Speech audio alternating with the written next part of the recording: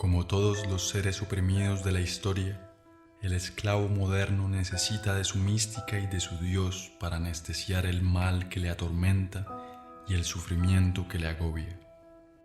Pero este nuevo Dios a quien entregó su alma no es más que la nada, un trozo de papel, un número que tiene sentido solo porque todos han decidido dárselo. Es por este nuevo Dios que estudia, trabaja, riñe y se vende. Es por este nuevo Dios que ha abandonado sus valores y está dispuesto a hacer lo que sea. Él cree que entre más plata posea, más se librará de la coacción que lo sujeta. Como si la posesión fuera de la mano de la libertad. La liberación es una ascesis que proviene del dominio de sí mismo, un deseo y una voluntad de actuar. Está en el ser y no en el tener. Pero hay que decidirse a no servir ni obedecer más. Hace falta ser capaz de romper con unos hábitos que nadie, al parecer, osa poner en tela de juicio. El esclavo moderno está convencido de que no existe alternativa a la organización del mundo presente. Se ha resignado a esta vida porque piensa que no puede haber otra. Es ahí en donde reside la fuerza de la dominación presente. Hacer creer que este sistema que ha colonizado toda la superficie de la Tierra es el fin de la historia. Ha convencido a la clase dominada que adaptarse a su ideología equivale a adaptarse al mundo tal como es y tal como ha sido siempre. Soñar con otro mundo se ha convertido en un crimen, condenado al unísono por los medios y por todos los poderes. En realidad el criminal es aquel que contribuye, consciente o no, a la demencia de la organización social dominante. No hay locura más grande que la del sistema presente.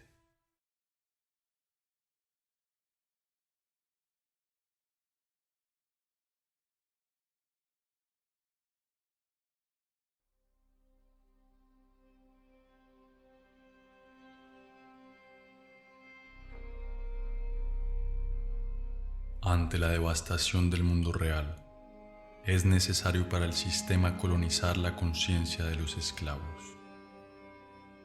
Es por eso que el sistema dominante ha decidido enfocarse en la disuasión que desde la más pequeña edad cumple el papel preponderante en la formación de los esclavos. Ellos deben olvidar su condición servil, su prisión y su vida miserable. Basta con ver esa muchedumbre hipnótica conectada a las pantallas que acompañan su vida cotidiana.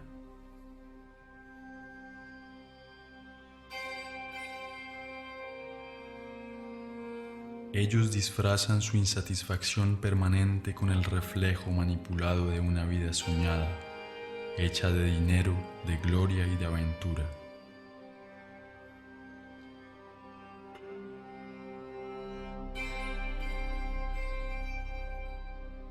Pero sus sueños son tan lamentables como su vida miserable. Hay imágenes para todo y para todos. Esas imágenes llevan en sí el mensaje ideológico de la sociedad moderna y sirven de instrumento de unificación y de propaganda. Se multiplican a medida que el hombre es despojado de su mundo y de su vida.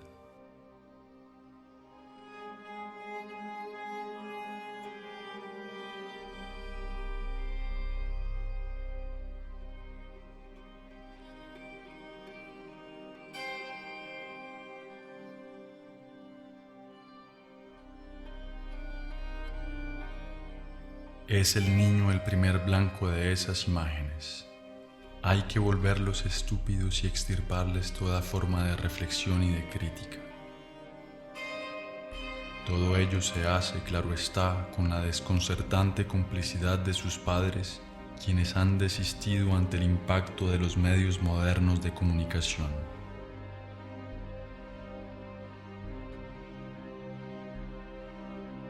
Ellos mismos compran todas las mercancías necesarias para la esclavización de su progenie. se desentienden de la educación de sus hijos y se la dejan al sistema del embrutecimiento y de la mediocridad.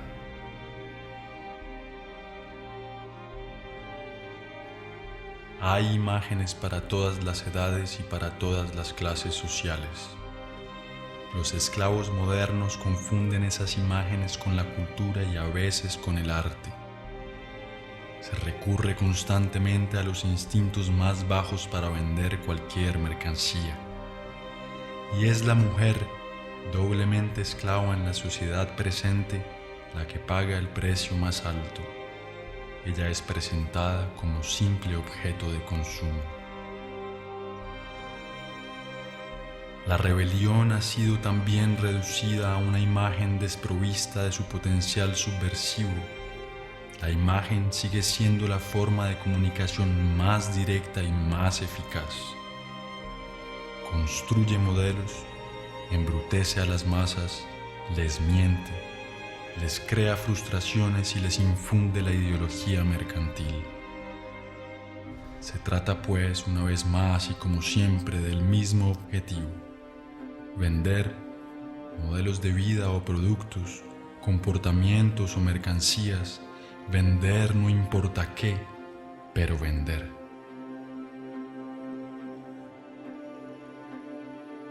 Esos pobres hombres se divierten, pero ese divertimiento no sirve más que para distraerlos del auténtico mal que los acosa.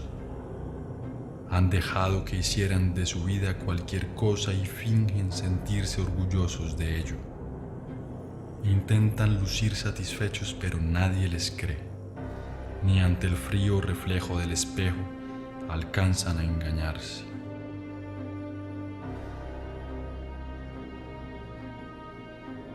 Pierden su tiempo delante de unos imbéciles que los hacen reír o cantar, soñar o llorar.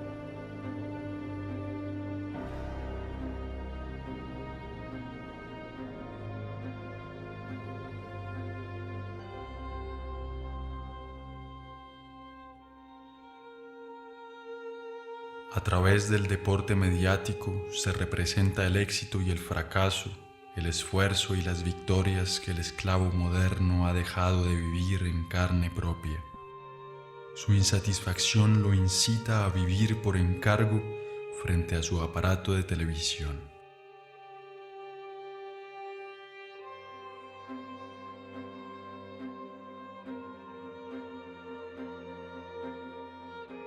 Mientras que los emperadores de la antigua Roma compraban la sumisión del pueblo con pan y circo, hoy en día es con divertimientos y un consumo vacuo que se compra el silencio de los esclavos.